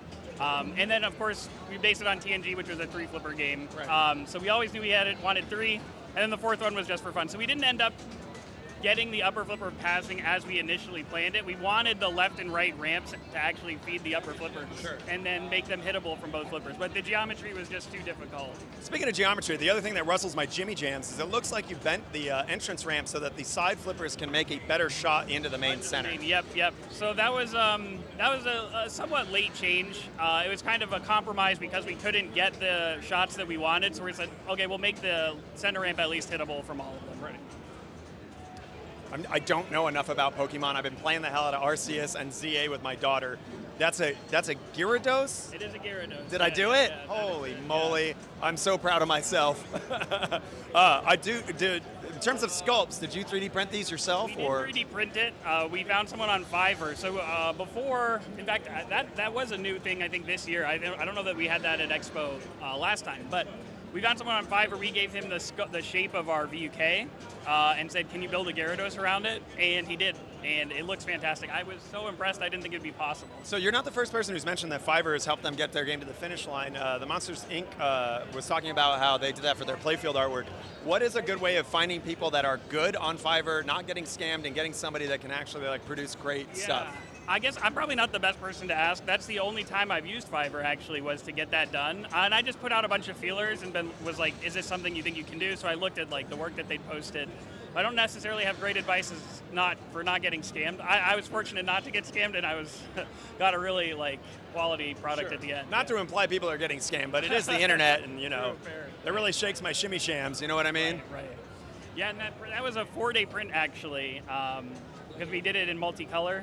So that's one of my favorite pieces on the game for sure. So you mentioned that the cabinet is custom. The playfield itself, like let's talk a little bit about the manufacturing, because wide bodies are not standard. You can't really cannibalize parts from other games as much as possible for these. Like, what was some of the difficulties, and where did you source some of this? Yeah, so that was a pain, like especially for the apron. I don't know if you can buy wide body. I'm sure you can buy wide body aprons, but we had to make our own apron because we couldn't find one at the time that we needed it. Fortunately, we have all the tools to do everything custom. So we had a CNC, so we could make the cabinet size whatever we wanted. We could do the playfield size whatever we wanted as well.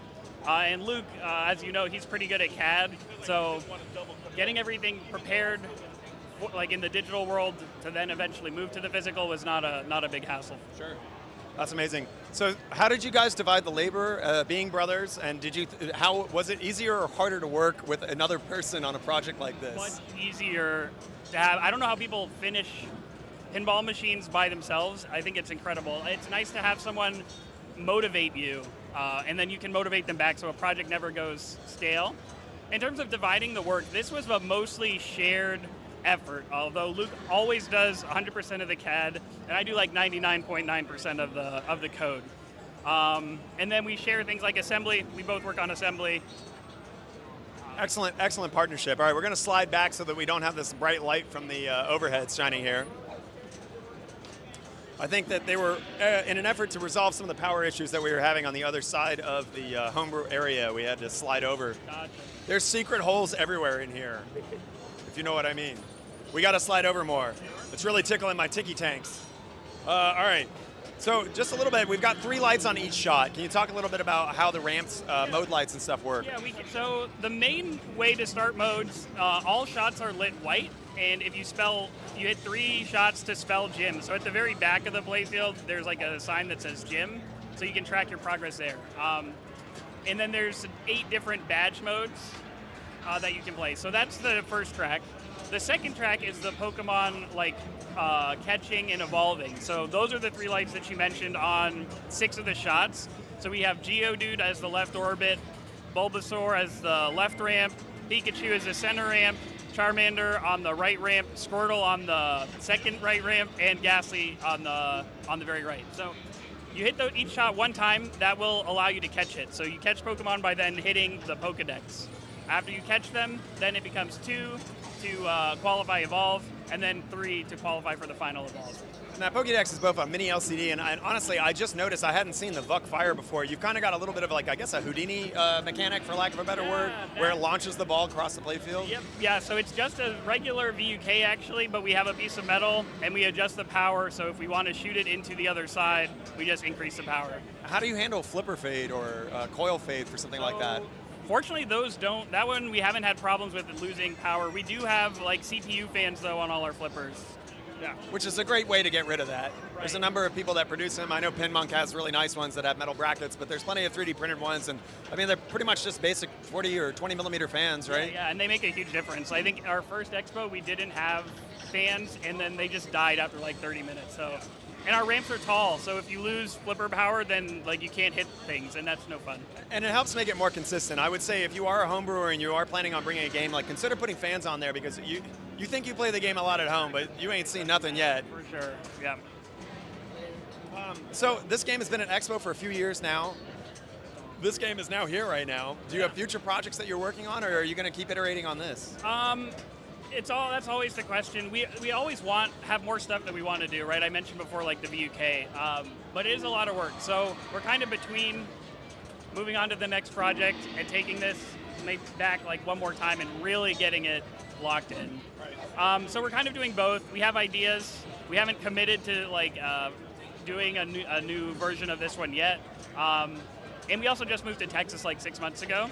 So we're still setting up like operations. Like we got to get the garage with like a CNC and all that stuff. What has been the most useful thing setting up for your home environment to be able to work on homebrews like this? It could be something like an organization method, or just like anything that you would think would help people that are just getting into homebrew to make their life a little easier. Oof, that's tough. I mean, you need a million hex screws. You can never have enough of those, but that's not really organization. So I don't know. That's just an example. I think tons of hex screws is a great one. Right. Okay. And I guess I personally wouldn't be able to do homebrew without having a CNC, which maybe is not the best thing. Right. Not everybody has access to a CNC. However, if you do, then it just means you can make changes quickly, and you're in control of like everything. So you don't have to wait like a week. I think Ernie does do. I think he'll do CNC cuts for you and ship them to you. And when we started, Ernie, we're talking from Ernie from Monsters Inc., the guy who's done a number of games. yeah, and he started at the same time we did, and at that point he wasn't seeing out playfield. So honestly, it may have changed a lot since we started about like the ease of getting outsourced cut playfields. And one thing we were talking about with some of the other interviews is that like you're not an isolated individual when you're doing the homebrew thing. Like it's not a competition. The homebrew community really does kind of band together to try to make every project kind of kick and flip as best as possible, because when they're all amazing, it really benefits the whole area. Right. I think this might be the second year now. I mean, I don't want to call it, but the homebrew section is probably one of my favorite sections yet again from another pinball like show. Right. Yeah. No, I love the homebrew section, and I've seen new ones every year. Like I hadn't seen Top Gun. Brand new, that one. Game's awesome. I haven't seen King of the Hill yet, but yeah, it's great to have new games coming in like every 6 months. Amazing. Owen, thank you. If you could just say your whole name, what the project is, and a little shout out to the people that are watching. Anything you want to say? Yeah, so I'm Owen Underwood. I built this Pokemon pinball with my brother Luke Underwood. And shout out to my family if they're watching. Thanks. Amazing. Thank you so much, man. Have a great show. Yeah, thanks.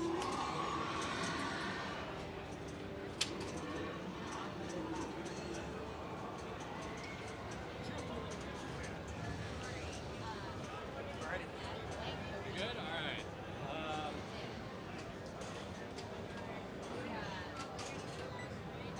Becca, can I give this to you? Yeah, of course. I got a mosey. Thank you. Fun story. Of course, yeah. Well, while we wait for the rig to move, fun story. Jordan and I met playing Pokemon Go. We were hunting Vulpixes, and he asked me if I was there to get Tail 2 because it evolves into Ninetales. Okay. So, Very cool. do you have a favorite Pokemon? Favorite Pokemon, probably Blastoise. I was always was a Squirtle starter. I love this. I like how we're just adding ambience while we move the rig to another thing. Why would we ever need dead air? Right.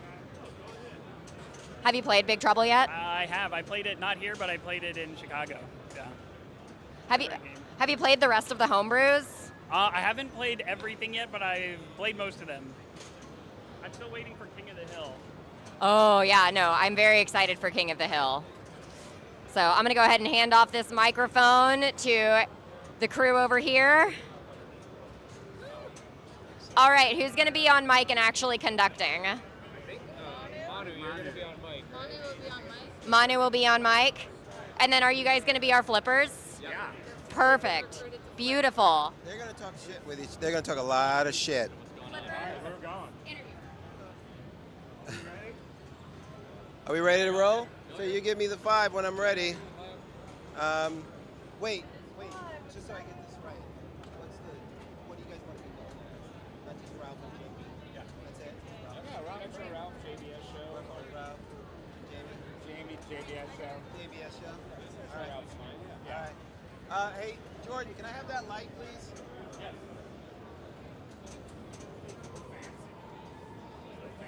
Good enough. Hello, everybody. Welcome. We're back here at the homebrew section of Marco Pinball. My name is Manu. I am honored to be here with JBS Jamie and Retro Frickin' Ralph, and the frickin' I added because it's YouTube safe. Hello, guys. How's it going, man? Good. We're excited for this. It's gonna be fun. And you know, Jamie and I are a little competitive with each other, so we'll see how it goes. You know, I'm gonna win this. I'm gonna win this, man. I'm winning it. he's Have you overconfident. played it before? Technically, no, Okay. not really. Well, let's go. What was that? Wait, what was that? Technically, All right. you played it. I played one ball at Pinball Expo, but I felt bad. The lines were super long, so I kind of let other people play. So everyone's always hyped to play. What a nice guy. Jamie just sat there the whole time. He didn't care about anybody behind him. So it's fine. Who's first? I'm going. All right, so we're at Big Trouble in Little China.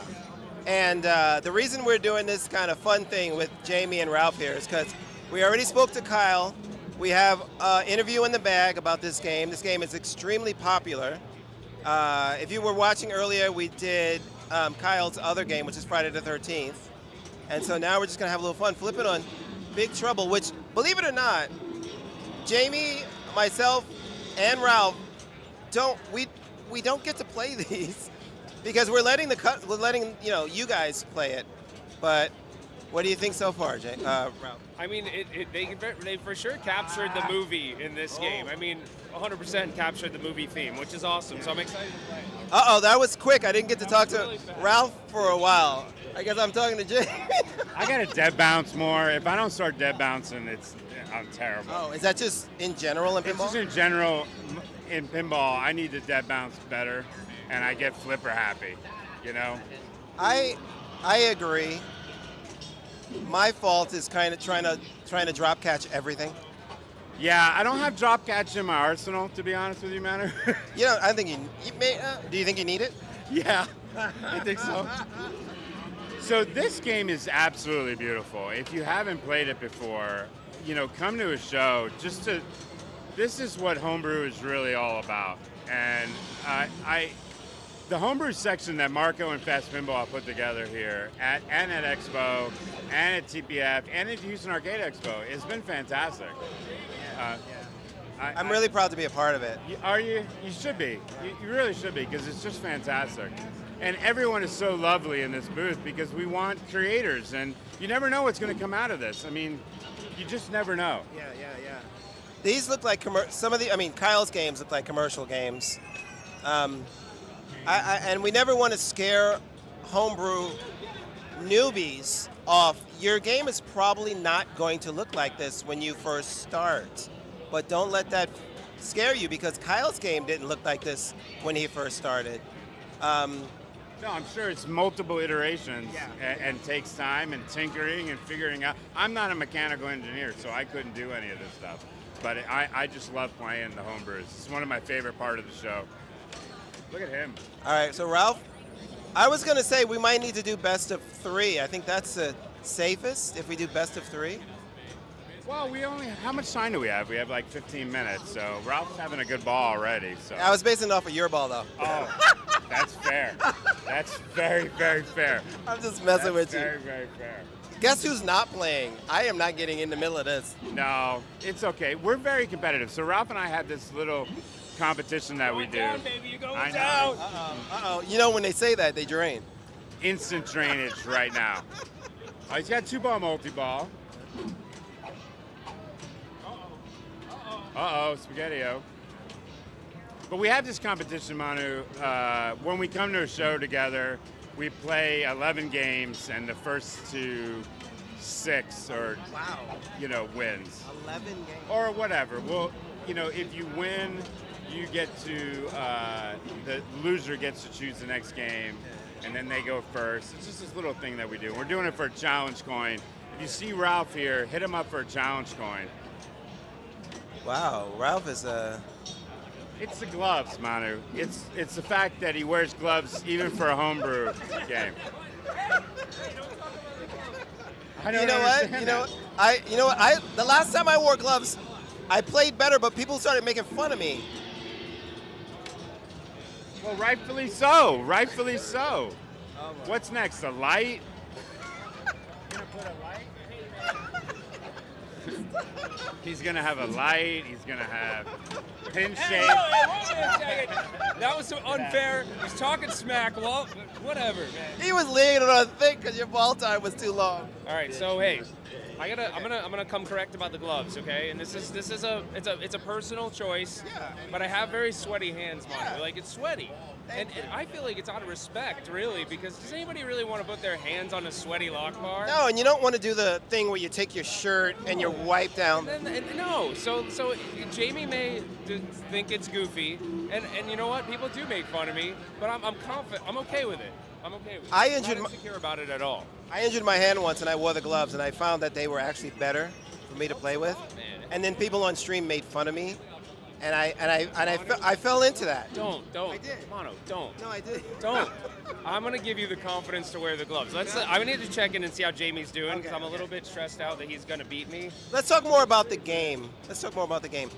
Ralph, what are you getting right now from the read of the game? I know this is new. You guys don't know the rule set, but what are you getting? Yeah, I'm trying to find the shots, so I don't know everything yet. But this ramp is really cool on the left. I love that. It whips around. I do like that, like around the skull, there's like, it's fast though, so you got to be careful. But around the skull, it does this like super fast whip 180 thing, which is really cool. So I'm liking it so far. Reminds me of No Fear, actually.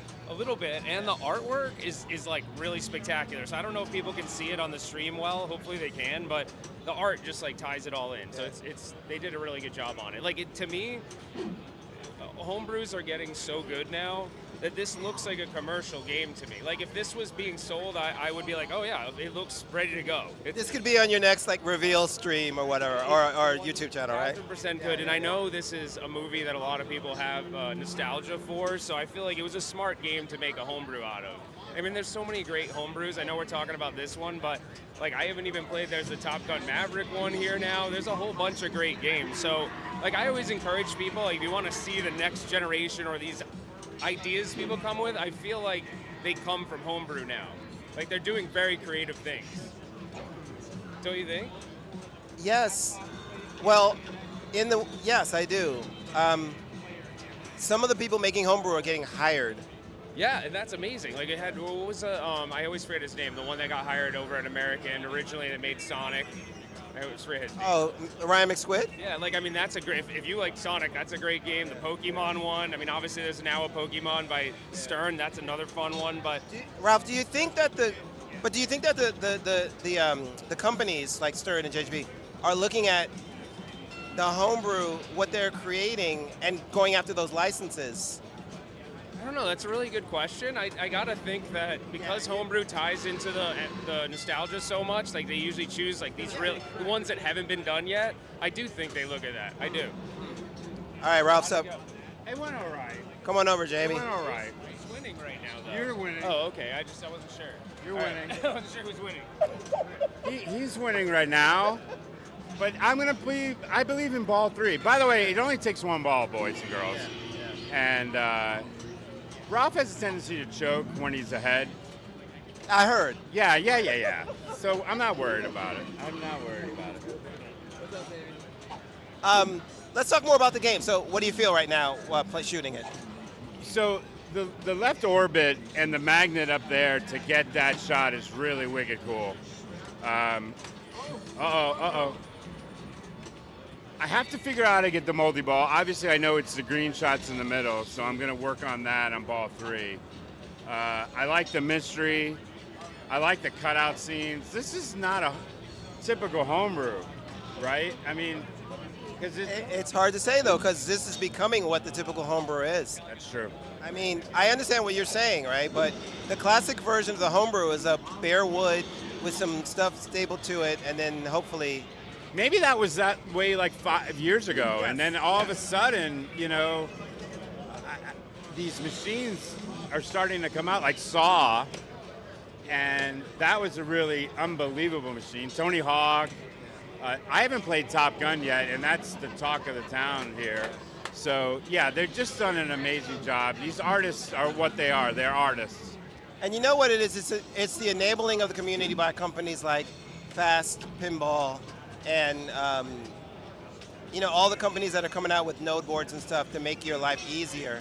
This is why we kind of gone back to 20 guys making a pinball machine to like one guy in their garage making a pinball machine. That's right. Because they can buy all the stuff, kind of. Well, Aaron from Fast Pinball has been such a great proponent of homebrews. He's really done an amazing job with the Moto and Marco specialties, and so sky's the limit, and I can't wait for a manufacturer to pick one of these up, and they're doing it. Yeah. That's kind of like what Ralph and I were chatting about. Oh. Are you? Buddy. Oh, wow. Ball 3 magic. Oh, yeah, I think, oh, man. He's got a little bit of an uphill climb here. Jamie gets really cocky, though. It is friendly, though. It's friendly for the most part, but he gets a little cocky, so we'll see what he pulls out. But I did hear Jamie talking about Fast Pinball, the system. Okay. So my first experience with Fast was with Predator, and one of the things that Aaron does that it's so cool with his platform is he makes it so you can easily expand it. So I didn't get a Predator with a shaker motor. I talked to Aaron. He sends the shaker motor board, and it was just super easy. It was super easy, and he always tells me, he's like, look, did I win? Oh, Jamie, can we? Wait, I'm at 14. Where are you at? No, brother, you're way off. I'm way off. All right, so here's what we're gonna do then, Ralph. I think you're gonna play a solo. Yeah, let him play the last ball. Play a Let him solo. the last ball. Oh yeah, you have a ball left. Yeah, Oh, it's a walk-off. I was saying, It's are a we walk-off. cool That's with what I'm saying guys, can we add one more thing with so when I talked to Aaron, he's like, look, I made this system so it's super modular and easy, and I had called him and he's like, don't worry about it. If the plug looks like it fits, you can't break anything. And it was that was really cool to me. So I called up Aaron. I'm like, dude, I can see why the homebrew community is adopting your platform. So it's awesome. I like that. If it fits in the hole, you can't break it. I love it. Yeah, that's what he basically said. It's like you can't mess it up. So I asked this question. Ralph's going to finish the game. I asked this question to Ralph, but we were talking about, and you had just mentioned, is it possible now that the pinball manufacturers are taking a peek over in the homebrew and seeing what's hot? I still beat him. I fumbled. You still beat him. Oh yeah, you whipped my rear end. So yeah, come on over. Let's finish up this chat real quick. Okay. About the homebrewers and the manufacturers possibly looking at the homebrewers stuff and going, maybe we should get that license, or you think that's not happening right now? I mean, I already answered it, but if you want to get Yeah, I don't necessarily think that it might be the license per se, Manu. I think it could be, look at that mech, look what this guy created, or girl, look what they are doing. I think they could look at different things from Top Gun to Tony Hawk to Saw to whatever, Monster League Hockey, and say, hey, there's some really cool mechs in here. Maybe we can look at something like that. Yeah, I agree think that that'll be they're. happening No, I first. agree with on the playfield designs. I think they look at it and go, okay, this is different. We don't have lots of shots like this, or the layout might be less traditional. So it's pushing a little bit of the limits of what you can do. I absolutely think, I mean, George, I watched last year at Expo. I mean, the Stern guys were coming and looking at everything, and they were excited. When you see a pinball manufacturer come over and play a homebrew, and they're smiling the whole time, that says something, right? They're taking interest in what people are doing, and I got to think they are looking at it to take ideas. But the one thing I do disagree with a little bit, I do think they look at the themes and go, oh, we haven't done this before. Is it possible to get this license, you know? What do you think? So? I don't know. I don't know. I have no idea, but it doesn't matter because these guys are so great. You know, Fury Road. There's another one. That have you ever played that? The Fury Road. That is unbelievable. And there's no question. Wait, Mad Max or Fury? Mad Max, Mad Fury Max. Road. Oh, I played that. Oh yeah. Isn't that unbelievable? Oh. These guys are great. So, Manu, thank you for your time, man. Yeah, I really this was so appreciate it. fun. This is great. Ralph? Beat this guy. You saw it live, Yeah. and it happened in front of everybody. It happened today. It happened today. But what It about wasn't my day. It wasn't Jamie's day. But what about tomorrow? It's not going to be his day either. It's not gonna be- I'm just kidding. I'm kidding. I love this guy. Thank you, sir. Thank you so much. That was an Appreciate it, man. absolute blast. That was fun. Thank you, Thank guys. you. Thank you so much. Thanks. Are you signing off? Signing off. I'm signing off. I'm Manu signing You're off. back at like 3:30? Yeah. Okay. Okay. We'll see you guys. Make sure to jump in at 3:30.